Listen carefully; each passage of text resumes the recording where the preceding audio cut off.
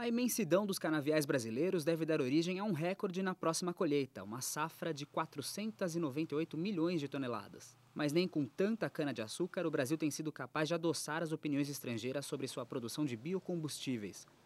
A alta internacional no preço dos alimentos e a preocupação com o aquecimento global deram força às críticas ao etanol.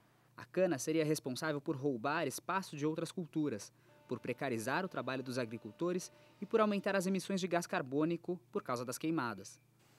Para saber como os produtores brasileiros têm respondido a essas acusações, a Exame TV foi ouvir Marcos Yankee, presidente da Única, a associação que representa os usineiros do centro-sul do país. Nós entendemos que isso deriva de interesses poderosíssimos das indústrias alimentar e do petróleo, né, que são afetadas pelo crescimento do uso de matérias-primas agrícolas para fazer combustível. Há inúmeros trabalhos que mostram, por exemplo, que não se está plantando cana no meio da Amazônia brasileira, que o Brasil tem espaço para fazer alimentos e energia ao mesmo tempo, não é um ou outro. A gente vem fazendo isso há 30 anos e hoje somos os maiores exportadores mundiais de carnes, de soja. De repente, por que tudo virou problema? Porque Estados Unidos e Europa resolveram substituir parte da sua gasolina por etanol.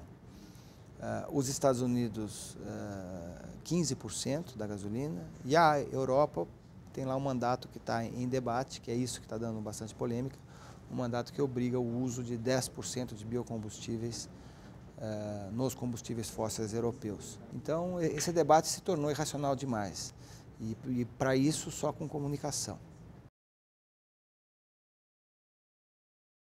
Já desde o ano passado, quando a gente viu que o programa americano ia ser aprovado e agora o programa europeu ia entrar em debate, nós sabíamos que essa briga não ia ser fácil.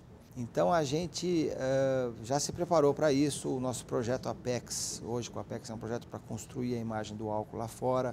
Nós temos os nossos novos escritórios funcionando já ativamente na Europa e nos Estados Unidos, com o pessoal nosso trabalhando em todos os sentidos, desde organizar visitas de jornalistas, de formuladores de políticas, de deputados europeus e americanos ao Brasil, produção de material, vídeos, filmes e principalmente divulgação de conhecimento científico, porque tem uma vastidão de trabalhos feitos sobre cana-de-açúcar que não têm sido aproveitados nas matérias de mídia. Então, todas as matérias que saem com erros grosseiros, a gente envia esses trabalhos, envia comunicados e respostas para dizer sobre as inverdades que têm sido ditas. São pessoas locais, né, são na verdade cidadãos americanos e europeus que estão no comando desses escritórios, e basicamente eles estão vinculados a defender a causa do álcool de cana em locais onde pouco se conhece sobre cana.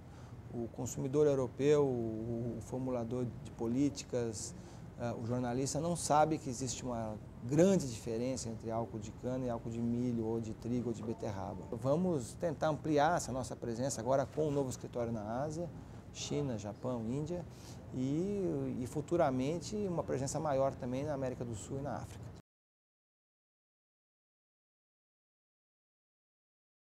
Essas duas particularmente são completamente infundadas, porque há inúmeros trabalhos, inclusive da Agência Internacional de Energia, que mostram que, em primeiro lugar, o balanço do etanol é um balanço positivo, no sentido de redução de emissões, se comparado com a gasolina.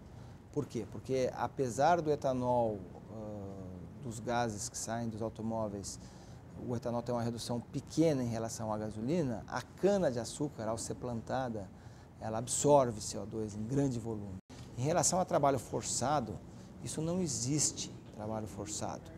O que existe é uma coisa que se chama muitas vezes de trabalho degradante, que tem uma definição muito ampla na legislação e que às vezes se chama de trabalho análogo a escravo, mas isso é uma coisa mal definida ainda. Nós queremos que isso seja melhor definido, né, na legislação e na regulamentação. A precarização, o que é a precarização? É o uso do gato.